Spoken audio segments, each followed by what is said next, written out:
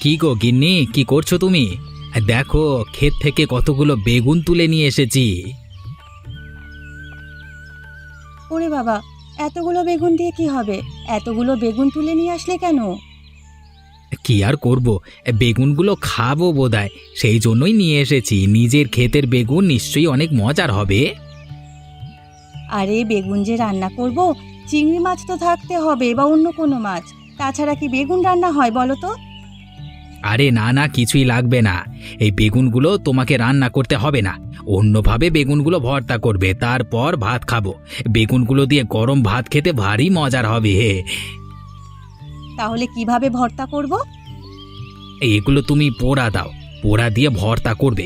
আমি নদীতে গোসল সেরে আসি, তারপর ভাত খাবো। কই গো গিন্নি, কোথায় তুমি? কখন গোসল সেরে আমি এখানে এসে ভাত খাওয়ার জন্য বসে আছি। তোমার কি এখনো হয়নি? তাড়াতাড়ি আসো না।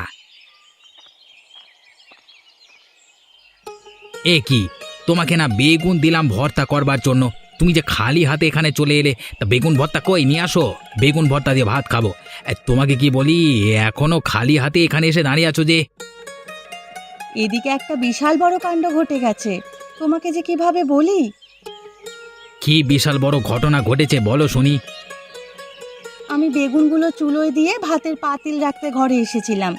গিয়ে দেখি একটা কুকুর সেই বেগুন পোড়াগুলো নিয়ে পালিয়ে গেছে।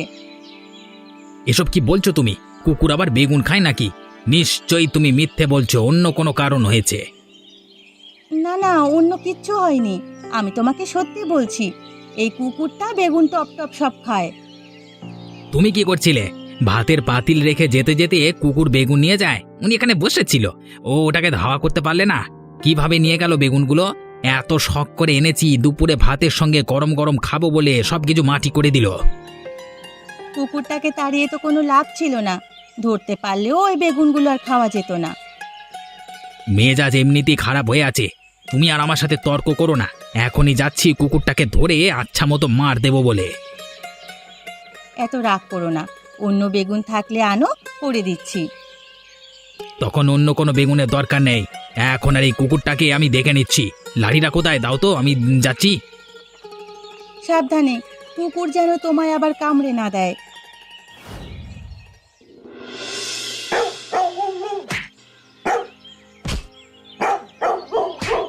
এ কি তপনদা, তুমি করছোটা কি? এই কুকুরটাকে এভাবে বেধড়ক মারছো কেন?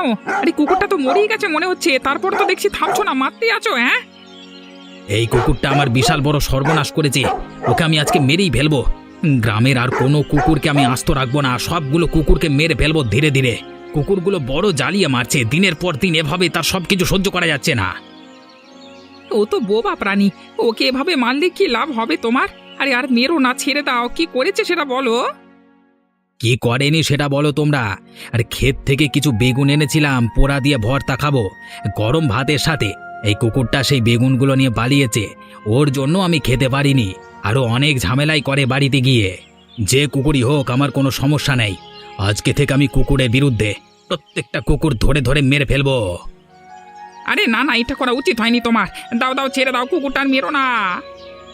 যেদিন তোমাদের ক্ষতি করব সেদিন বুঝতে পারবে। কি হয়েছে মা? তুই এভাবে কান্না করছিস কেন? কেউ কি তোকে কিছু বলেছে নাকি?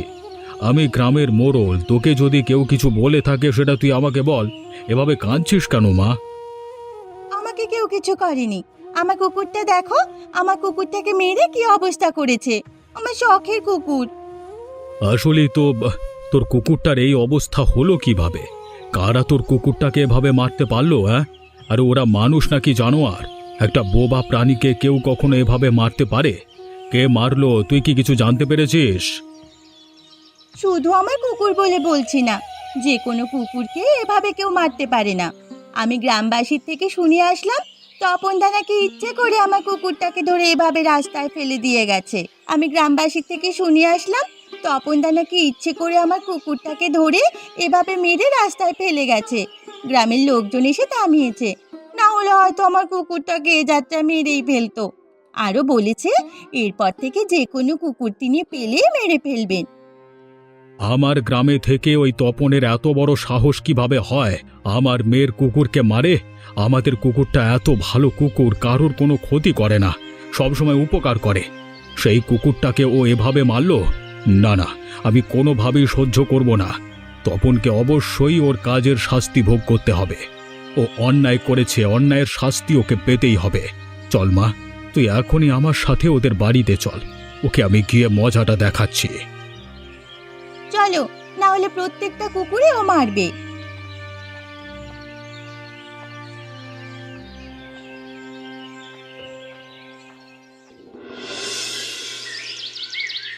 তপন, আরে এই তপন, বাড়িতে আছিস নাকি? তাড়াতাড়ি বেরিয়ে আয় বলছি। কি হয়েছে নিতাই বাবু? আপনি আমার বাড়ির ওপরে এসে চেলামচেলি করছেন কেন? কিছু হয়েছে নাকি? তুমি এত বড় একটা কাণ্ড করে আবার বলছো কিছু হয়েছে নাকি? নিজে কি করেছো তা জানো না? আমি যদি জানতাম আমি কি করেছি তাহলে তো আপনাকে জিজ্ঞেস করতাম না। আরে আমার তো মনে পড়ে না আপনার কোনো ক্ষতি আমি করেছি বলে। তাহলে আপনি আমাকে এভাবে ধমক দিচ্ছেন কেন? আপনি একটু কুকুরকে মেরে রাস্তায় গ্রামে ফেলে রেখেছেন, এটা আপনি কেন করেছেন?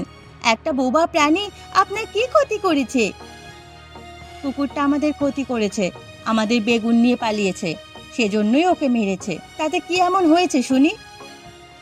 এই কুকুরটা আমার, আমি নিজে তার দেখাশোনা করি, সে কখনো চুরি করে না। কিছু আমাদের বাড়িতে খাবারের অভাব আছে নাকি? তাহলে আমার ভুল হয়েছে, আমি বুঝতে পারিনি ওটা আপনাদের কুকুর। একটা কুকুর ক্ষতি করেছে সেজন্য ভেবেছি গ্রামে কোনো কুকুরই আর রাখবো না। আমার কুকুর হোক বা অন্যের কুকুর, এরা হচ্ছে বোবা প্রাণী। আপনি তো এদের ক্ষতি করতে পারেন না, এটা আপনার মোটেই উচিত হয়নি। আপনাদের জিনিস গেলে তখন বুঝতে পারতেন, আমাদের গেছে তাই ক্ষতি করেছি। আপনারা এখান থেকে চলে যান। দ্বিতীয়বার তোমাদের এমন কাজ দেখলে উপযুক্ত শাস্তি পাবেই। ঠিক আছে, চললাম এখন।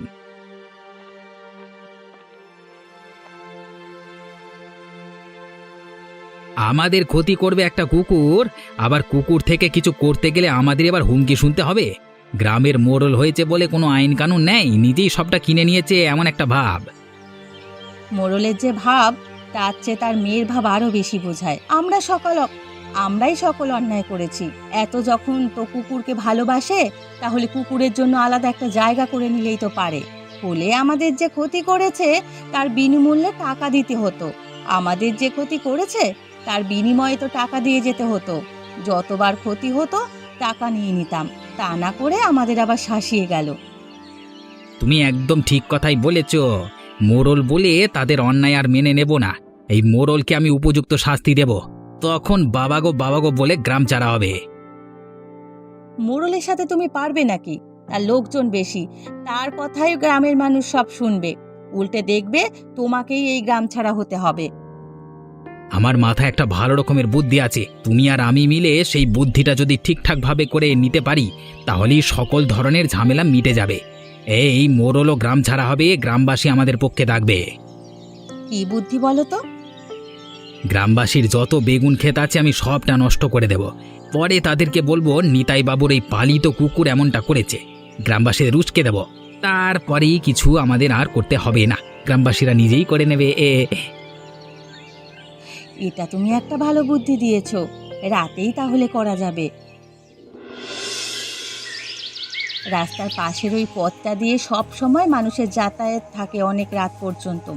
আমরা যে এখানে এই কাণ্ড করেছি, কেউ যদি দেখেও ফলে তাহলে তো অনেক বিশাল সমস্যা হয়ে যাবে। আহা, তুমি এমন ভয় পাচ্ছ কেন? আরে এখানে কি শুধু গ্রামবাসীর বেগুন ক্ষেত আছে? আমাদেরও তো আছে।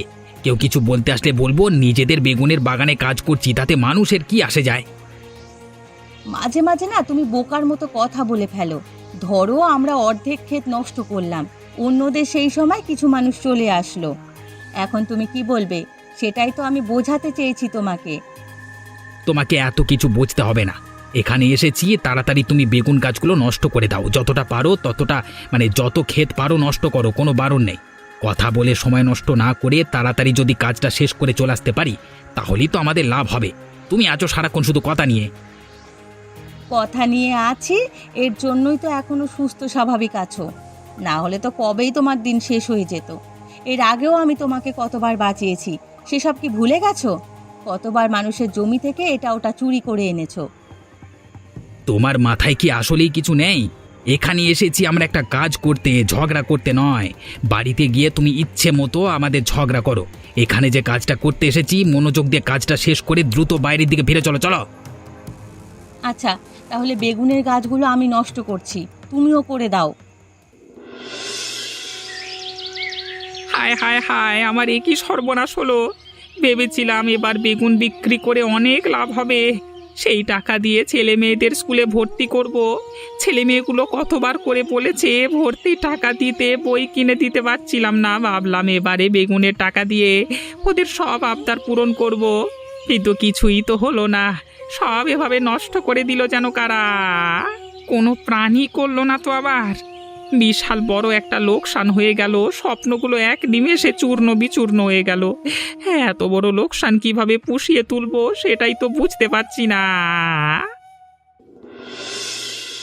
কি গো, শুনলাম তোমাদের বেগুনের ফসলের নাকি অনেক ক্ষতি হয়েছে, সকল বেগুন গাছ নষ্ট হয়ে পড়েছে।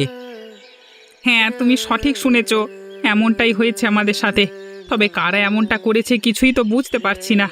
আমাদের সাথে কারো শত্রুতা নেই, শুধু শুধু কারা আমাদের সাথে এমনটা করলো। অনেক বড় একটা লোকসান হয়েছে আমাদের, অনেক বড়। কোনো লোকের সাথে যদি তোমাদের শত্রুতা না থাকে তাহলে তো কোনো লোক শুধু শুধু তোমাদের ক্ষতি করতে যাবে না। দেখো, কোনো প্রাণী টানি নিশ্চয়ই করেছে। মানুষ তোমাদের খেতে হেঁটেছে, সেই জন্যই তো মানুষের পায়ের ছাপ পেয়েছো। আরে রাস্তার পাশের জমি, তোমাদের এমন অবস্থা দেখে অনেকেই হয়তো সেখানে গিয়েছে। এই তোমরা নিজেরাও তো হেঁটেছো। আমার মনে হয় কোনো প্রাণী তোমাদের এমন ক্ষতি করেছে। গ্রামে তেমন কোনো প্রাণী নেই যে কিনা বেগুন গাছের ক্ষতি করবে। বেগুন তো কোনো প্রাণীর খাওয়ার কথা নয়। তোমরা কি ভুলে যাচ্ছ? নিতাই বাবুর বাড়িতে একটা কুকুর আছে, সেই কুকুরটা তো আমার বেগুন খেয়েছিল। নিশ্চয়ই এই কাজ সেই কুকুরটাই করেছে। তোমাদের এত বড় ক্ষতি করেছে ওই নিতাই বাবুর মেয়ের কুকুরটা। তখন তো তোমরা আমাকে নিষেধ করেছিলে, এখন দেখলে তো কত কি হয়ে গেল।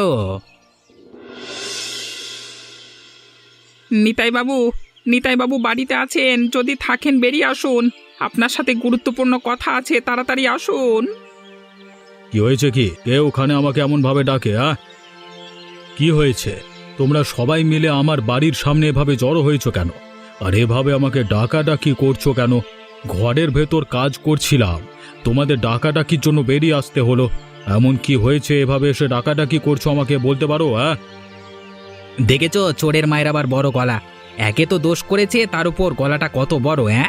এমন মোড়ল এই গ্রামে কোনোভাবেই রাখা উচিত নয়। গ্রামবাসীর সুখ দুঃখ বোঝে না, উল্টে তাদের ধমক দেয়।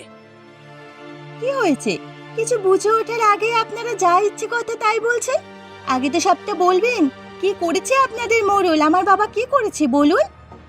আপনার বাবা কি করেনি? আপনি নিজেই তো অপরাধী। একটা কুকুর পালন করেন যে কিনা বেগুন খায়, গ্রামের সব কিছু খেয়ে ফেলে। এমন কোনো জিনিস নেই সে খায় না।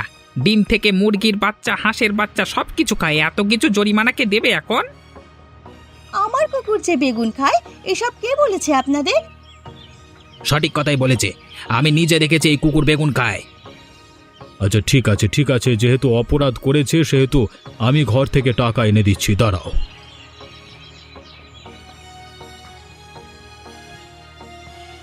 দেখো তোমাদের টাকা দেওয়ার ভয়ে আবার পালিয়ে গেছে কিনা। উল্টো পাল্টা বলবেন না একদম। বাবা নিশ্চয়ই টাকা খুঁজছেন। আমি যাই, টাকা নিয়ে আসি, আর বাবাকেও নিয়ে আসছি। না না, দুজনেই পালিয়ে যাবেন নাকি বুঝি? কি হয়েছে এখানে? নিতাই বাবু আমাকে বলুন তো। আচ্ছা, এই জন্যই দেরি হচ্ছিল। নিশ্চয়ই এনাকে খবর পাঠিয়েছে অন্য কারোর দ্বারা। ওরা বলে আমার কুকুর নাকি বেগুন খায়, ওদের বেগুন ক্ষেত নষ্ট করেছে জরিমানা দিতে। যদি সত্যি সত্যি আপনার কুকুর ওদের বেগুন ক্ষেত নষ্ট করে তাহলে তো আপনার টাকা দিতে হবে। তবে কুকুর করেছে কিনা সেটাও তো দেখতে হবে। সেখানে আরও তো অনেকের বেগুন বাগান আছে।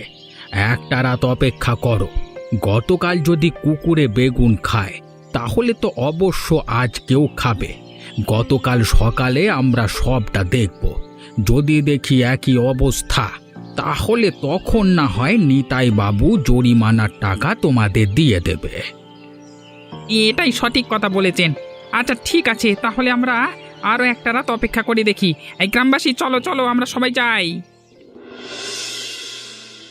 ওই নিতাই বাবুর এমন হাল করেছি, ইতিমধ্যে তিনি জরিমানা দিতে রাজি হচ্ছিলেন।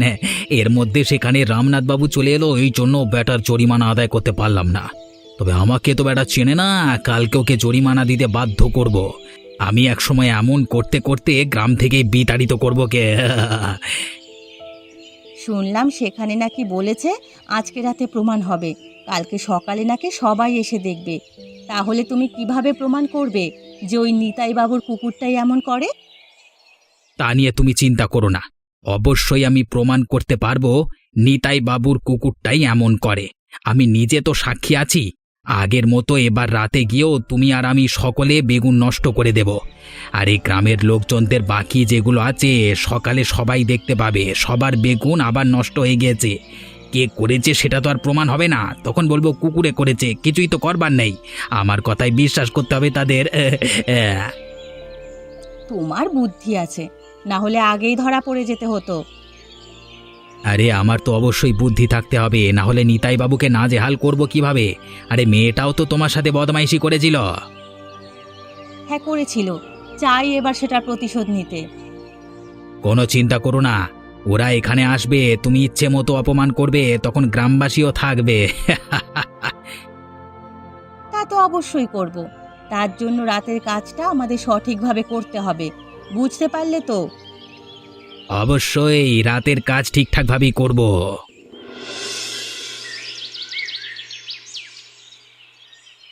দেখলে তো, আগের মতোই অবস্থা হয়েছে তোমাদের বেগুন ক্ষেতের। তাহলে তো আর কোনো প্রমাণের বাকি থাকলো না। তপন একদম ঠিক কথা বলেছ।